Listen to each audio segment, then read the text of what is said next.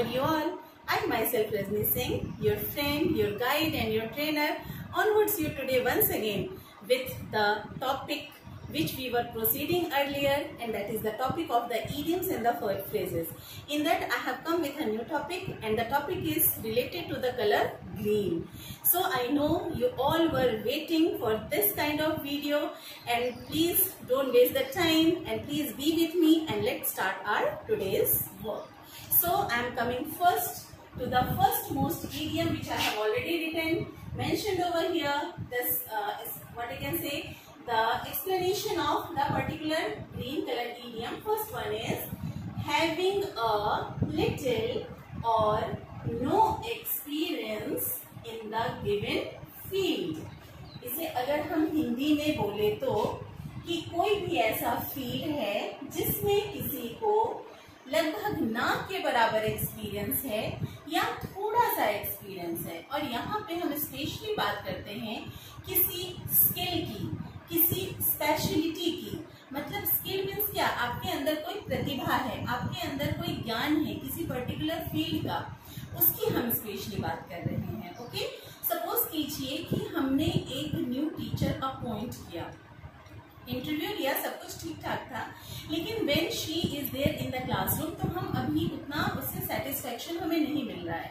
हमें लग रहा है वो ठीक ठाक तो है, बट अभी वो लीस्ट एक्सपीरियंस्ड है because first time she has come into this field. तो उसके लिए हम इंग्लिश में क्या बोलेंगे वो हम बाद में बात करते हैं, पहले उस इडियम को क्या बोलेंगे वो देखते हैं। We will say it a little, हटा देते हैं, लिटिल ग्रीन। लिटिल ग्रीन मतलब कम या लगभग ना के बराबर एक्सपीरियंस होना। तो हम जो सेंटेंस अभी हम बात कर रहे थे हिंदी में, हम उसके लिए बोल सकते हैं XYZ, हम किसी का भी नाम ले सकते हैं कि miss Aarti is a little green, she needs to practice more। Means miss Aarti जिसे हमने अभी अभी अपॉइंट किया है and she has come new into the field of teaching, or I am especially talking about the field of teaching over here, she is least experienced, she needs to practice more। तो हम जहाँ पे least experienced है वहाँ पे हम use कर सकते हैं little green। Okay, understood? Now please come to our next explanation. This is to be a skilled gardener. I know all of us like green, means we want to have some greenery around us. Whenever we see the green scenes, really we feel so good in our eyes, okay, because this is the gift of our nature to us. So therefore to be a skilled gardener, and you know बहुत सारे लोग ऐसे होते हैं जिनको बागवानी का शौक होता है। वो छोटे से एरिया में भी बहुत तरीके से पॉट सजा के, कैंस सजा करके, उसको प्लांट करके, उसमें डिफरेंट फ्लावर्स और बहुत सारी चीजें, वो उस जगह की खूबसूरती को इनहेंस कर देते हैं, बढ़ा देते हैं। ओके, मीन्स वो एक स्किल्ड गार्डनर होते हैं, उनको उस फील्ड में मजा आता है। ओके, तो इसके लिए हम जो इडियम यूज कर सकते हैं वो यूज कर सकते हैं have green fingers, have green fingers. Okay, और दूसरा ग्रीन फिंगर्स की जगह हम ग्रीन थंब भी यूज कर सकते हैं। हालांकि मैं आपको बता दूं, have green fingers and green thumb दोनों अलग अलग इडियम्स हैं, लेकिन दोनों का मतलब लगभग वही होता है, बागवानी में शौक होना या बागवानी में इंटरेस्टेड होना, स्किल्ड होना। ओके, इसके लिए मैं कह सकती हूँ कि my mother is having green fingers और my mother has green thumb. It means that she is skilled in gardening, और वो हमेशा ही she would like to indulge herself in the work of gardening, and whatever area she used to find, अगर वहाँ पे कुछ ऐसे plants हैं जो कि डेड हो रहे हैं या मुरझा रहे हैं, वो उनको फिर से अलाइव कर देती हैं। So she is having the green fingers. Okay, now please come to our next explanation. This is permission to proceed with some action or task. कोई भी काम या कोई भी काम जो हम करने जा रहे हैं उसके लिए हमें परमिशन मिल जाना, तो उसे हम क्या बोलते हैं, उस परमिशन को हम क्या बोलते हैं, उसे हम बोलते हैं ग्रीन लाइट। So simple. अगर आप इसे को रिलेट कर लेंगे किसी के साथ तो आपके लिए और ज्यादा इजी हो जाएगा। You all are well acquainted with the traffic signals. Traffic signals के बारे में तो आप लोग सब जानते हैं। 3 कलर्स आर देयर। आपको पता है red colour makes you stop, green colour makes you go and the yellow colour makes you get ready. Okay, तो जो ग्रीन कलर है वो आपको परमिशन दे रहा है ना कि आप बस अब रुकना नहीं है, आप जा सकते हैं, आप चल सकते हैं। ओके, तो आप प्रोसीड कर रहे हैं अपने वर्क को।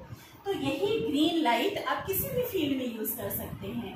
For example we can say that we have got the green light from the collector of our city for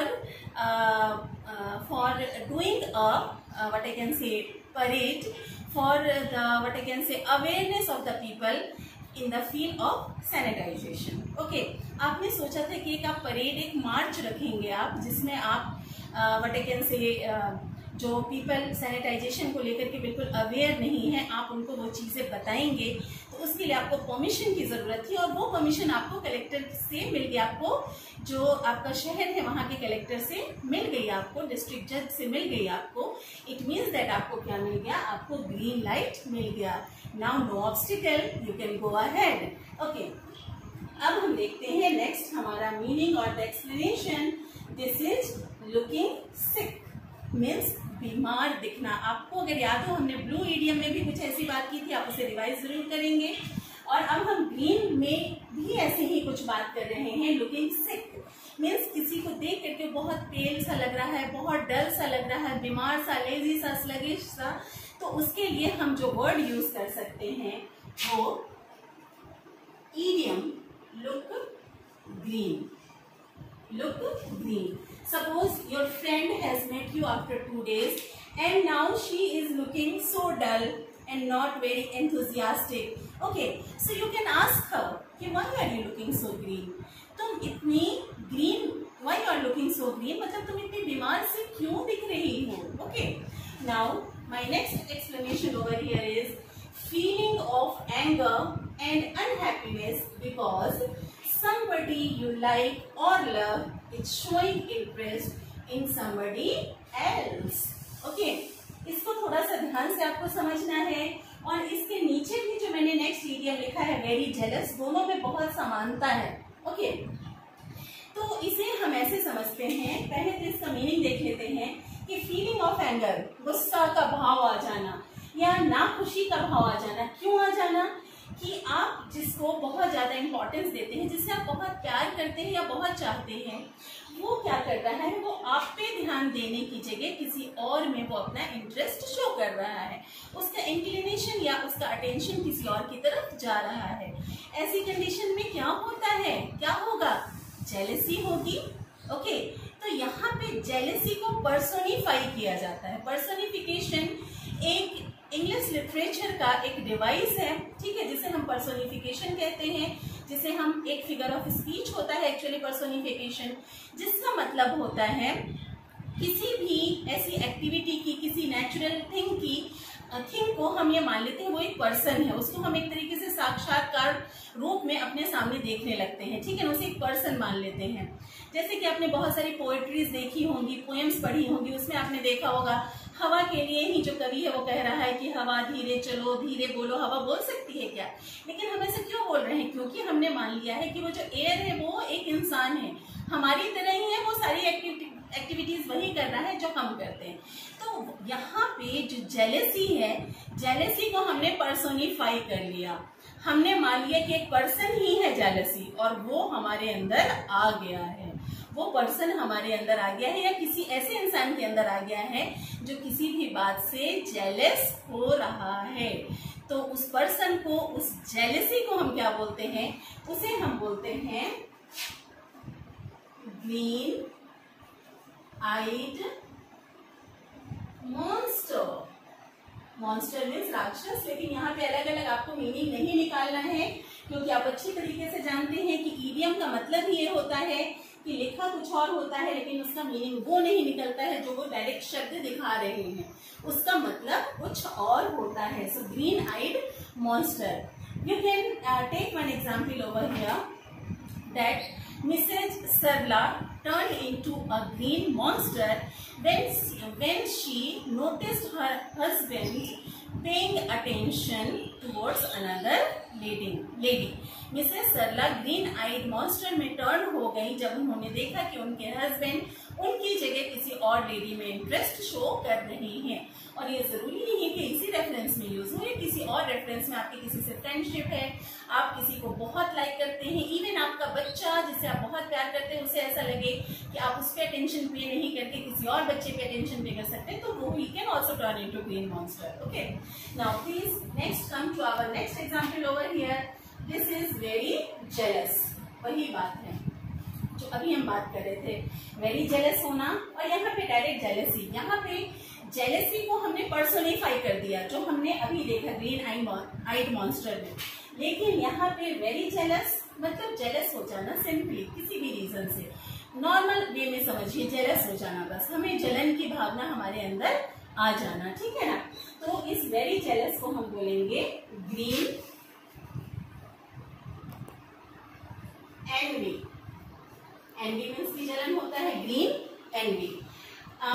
I can quote one example for this green envy over here is that my child got green envy, or my child turned, I saw my child's face and he was in green envy because he saw the toys of his friend which were so beautiful and he was fond of those toys. जो मेरा बच्चा है वो jealous हो गया पूरी तरीके से क्योंकि उसने अपने दोस्त के खिलौने देख लिए, वो खिलौने बहुत ही सुंदर थे और वो सारे वो खिलौने थे जिनका वो शौकीन था। Okay, so now next is a place that is far away और different seems better than where we are now. ये एक बहुत कॉमन सी ह्यूमन साइकोलॉजी है, बहुत कॉमन सी human what I can say nature है कि जो चीज हमारे पास होती है हमें उसकी कदर नहीं होती है, और कोई भी ऐसी चीज, कोई जगह जो हमसे दूर होती है वो हमें बहुत प्रिय होती है, हमें ऐसा लगता है वो बहुत अच्छा है। और इसके लिए कुछ कहावतें हिंदी में पहले से बनी हुई हैं, जैसे कि व्हाट आई कैन से दूर के ढोल सुहावने होते हैं, ठीक है ना। तो इसी के लिए जो हम ईडियम यूज करते हैं, यहाँ पे जो मैंने लिखा है उसका मतलब पहले मैं बता दूं, वो जगह जो हमसे दूर है या हमसे अलग है, और सीम्स मतलब हमें ऐसा प्रतीत होता है, हमें ऐसा लगता है कि वो हमारे लिए बेटर है, जिस जगह पे हम हैं या जिस जगह पे हम हैं एक्चुअली में उस जगह से वो ज्यादा अच्छा है या वो ज्यादा बेहतर है। इसके लिए हम बोलेंगे grass on the other side is always green. Grass on the other side is always green. मतलब जिस जगह पे हम हैं वो जगह की चीज या वस्तु हमें अच्छी नहीं लगती और हमें ऐसा लगता है कि दूसरी तरफ जो है चीजें या बातें वो बहुत ही अच्छी हैं। तो हर इंसान को ऐसा लगता है। फॉर एग्जाम्पल आई कैन से that the person who is with me or my friend always feels so that he never likes the what I can say trend or the fashion or the people of this place, and he always feels so that the grass on the other side is always green. Okay, जहाँ पे वो रह रहा है, इसको मैंने direct way में ही बोल दिया कि जहाँ पे वो रह रहा है, जिस जगह पे है, जिन लोगों के साथ है, उसको कुछ भी पसंद नहीं आता है और वो हमेशा इमेजिन करता है कि वहाँ की चीजें बहुत अच्छी हैं, उन चीजों के बारे में बात करता है। Okay, because grass on the other side is always green for him. Okay, now the next example which I am going to take is an area of fields and trees around a town. कोई एक ऐसी आपका town है, आपका शहर है, उसके around मतलब उसके चारों तरफ का जो एरिया है वो कैसा होना, वहाँ बहुत सारी खेत होना या वो ग्रीनरी से भरा हुआ होना, ठीक है ना। खेत होगा तो खेत तो उसमें आपको पता है कि उसमें जब एफॉरेस्टेशन होता है या फिर उसमें जब क्रॉप्स सो किए जाएंगे, सीड सो किए जाएंगे तो वो ग्रीन हो जाएगा। मतलब कुल मिलाकर के हम ये कह सकते हैं कि जहाँ जिस शहर में है आप या जिस कस्बे में है आप, उसके चारों तरफ का एरिया क्या होना चाहिए, अगर ग्रीन है तो उस ग्रीनरी को हम क्या कहते हैं, उसे हम कहते हैं ग्रीन बेल्ट। ग्रीन बेल्ट, और ये बहुत कॉमन सा इडियम है जो आपने कई बार सुना होगा। Okay, so for example I can say that there is a green belt around our town और around our city. Okay, we are lucky enough. Now the next one is a waiting or dressing room for the performers when they are off stage। off stage का मतलब होता है जब stage पे हम अपना performance नहीं दे रहे हैं तो हम उस वक्त ऑफ स्टेज होते हैं। तो हम जो परफॉर्मर्स हैं, मतलब जो भी पर्सन है डांस कर रहे हैं या प्ले कर रहे हैं स्टेज पे जाकर के, उनके लिए एक पर्टिकुलर रूम होता है जहाँ पे वो जाकर के ड्रेसअप होते हैं, अपनी ड्रेसेस को चेंज करते हैं या थोड़ा सा आराम करते हैं। वो उनके लिए उनका वेटिंग रूम हो सकता है या ड्रेसिंग रूम हो सकता है। ऐसे रूम को हम कहते हैं ग्रीन रूम।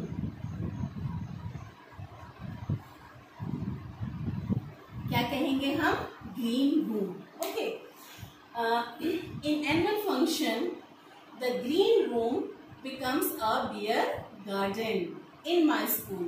मैंने यहाँ पे एक एग्जाम्पल दिया कि at the time of annual function the green room becomes a beer garden in my school। यहाँ पे मैंने दो idioms यूज कर लिए। ओके, क्योंकि बियर गार्डन आप पढ़ चुके हैं, आपको पढ़ाया जा चुका है। Okay, if you see my last videos, यहाँ पे मैंने बोला कि एनुअल फंक्शन के वक्त जो मेरे स्कूल का ग्रीन रूम है वो एक बियर गार्डन बन जाता है, मतलब शोरगुल और हल्ले का स्थान बन जाता है। Okay, so now next and the last one is paper money, especially in large amount।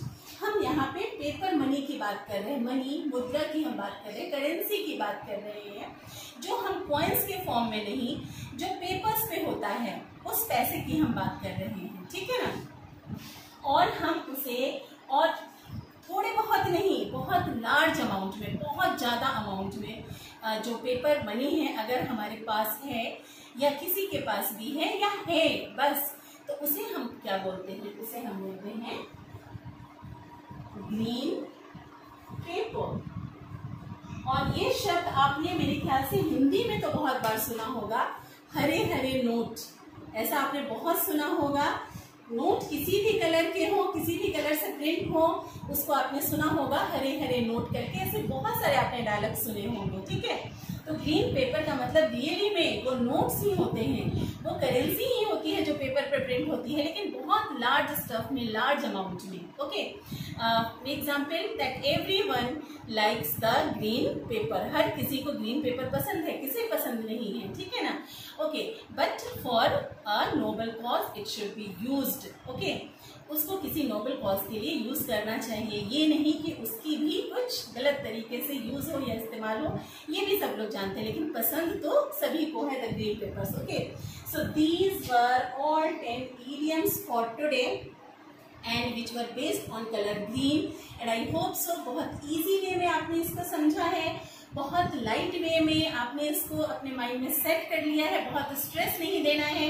अगर आप एक बार और रिवाइज करेंगे इसे तो आप देखेंगे बहुत ही सिंपल है और हमारे डे टू डे यूज में हम आसानी से इसको इस्तेमाल कर सकते हैं। लेकिन बिलीव मी, अगर आप कॉमन यूज्ड जो डेली यूज सेंटेंसेस होते हैं वो तो आपके काम चलाने के लिए है।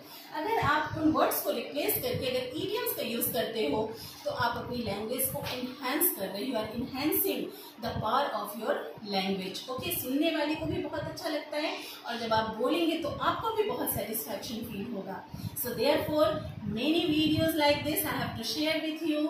मुझे आपसे डिस्कस करना है, but if you want to be with me then you have to like, share and subscribe my channel so that I will always be with you, and whenever my new video will come you have to press the bell icon and you will get the notification at the earliest and you will just go through with me for all these very important things. Till then, see you in the next video.